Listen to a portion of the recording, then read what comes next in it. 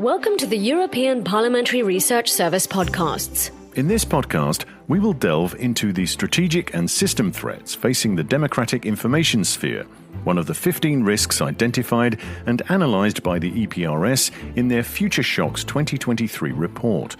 Want to know more? Stay with us. Disinformation, information manipulation and interference, propaganda, organised lies are affecting all democratic public spheres. Digitalization has put these techniques on steroids and turned them into powerful weapons against democracy. In a Eurobarometer survey from 2022, about 1 in 3 respondents said they'd been exposed to disinformation or fake news often over the past week. And the level of confidence in their ability to spot this varied according to their education level. The rise of online information platforms, combined with pressures on traditional media, crackdowns on media freedom, and increasing governmental interference in public broadcasters, also in Europe, are threatening the democratic information sphere. At the same time, the boundaries between domestic and foreign actors who engage in information manipulation are increasingly blurred. Think back to the Capitol attack in January 2021, where former US President Donald Trump's false narrative about an alleged stolen election contributed to the violence. The effects of these anti-democratic narratives are in line with and benefit foreign authoritarian actors such as the Kremlin. Geostrategic and financial incentives to spread misleading information also overlap. The infrastructure provided by the leading tech companies facilitates the booming business of mis- and disinformation across the world. At the same time, the attention-based business models of many online platforms accelerate the spread of manipulative messages. But how does all this affect us here in the EU? The short answer is a lot. It's not only affecting us and our choices as individuals, but also the decision-making of national governments and international organizations. A prominent example of the real risks of information manipulation on a national government level is Russia's use of anti-Ukraine and anti-Western narratives to justify its unprovoked invasion of Ukraine and to blame the West for the resulting global food crisis. And in the EU, economic concern over the fallout of Russia's war on Ukraine, combined with the perception that policymakers in Brussels are corrupt, are also creating fertile ground for anti-EU narratives. So, what could the future have in store? Well, the EPRS has contemplated 4 possible scenarios, starting with, what if big tech goes rogue?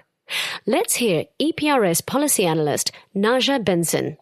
A large platform with an anti-democratic agenda could use its algorithmic power to manipulate the public to vote for anti-democratic actors, to spark unrest or to overthrow elected governments, or to lure people into harming their society, their community, or even themselves. Another possibility is that in the end, we live in a permanent state of confusion where nothing is true and nobody cares.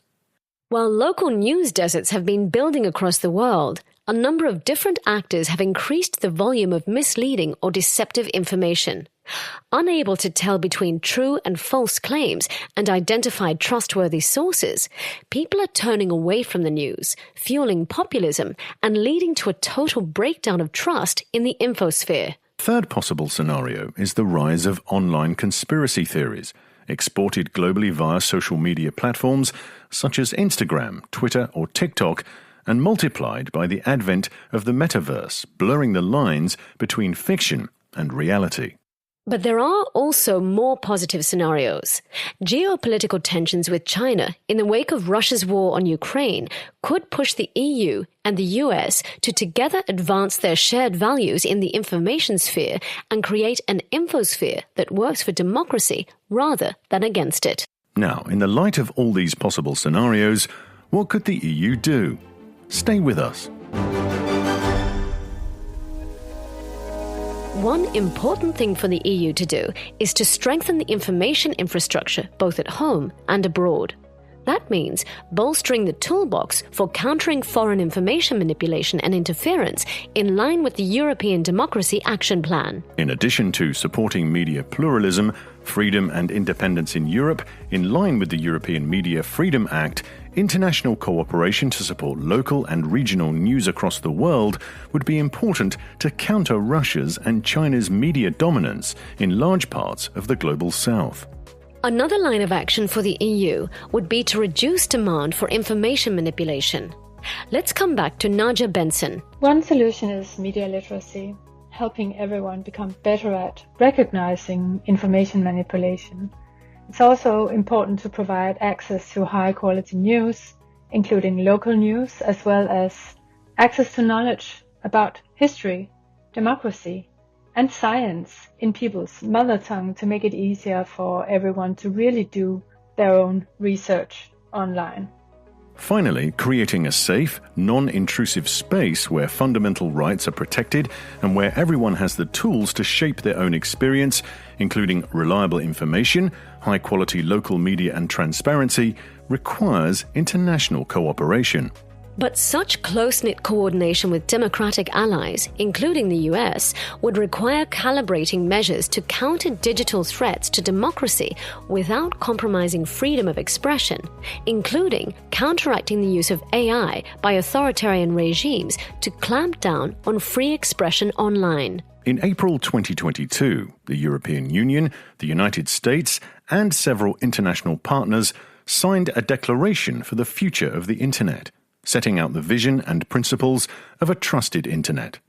Today, efforts to boost international cooperation in line with that declaration and an international technology task force are needed to accelerate the joint push for global standards and norms to defend democratic values and human rights online. Furthermore, close coordination with democratic allies to lessen the impact of authoritarian regimes on multilateral organizations, including the United Nations, is key to counter fragmentation and digital iron curtains. With this in mind, the EU and like-minded allies will have to strategically sustain the infosphere in other continents by providing internet access and coverage. For a more detailed analysis, check out Nadja Benson's full chapter on strategic and systemic threats to the democratic information sphere as part of the EPRS Future Shocks 2023 study. This is a European Parliamentary Research Service podcast. Thanks for listening.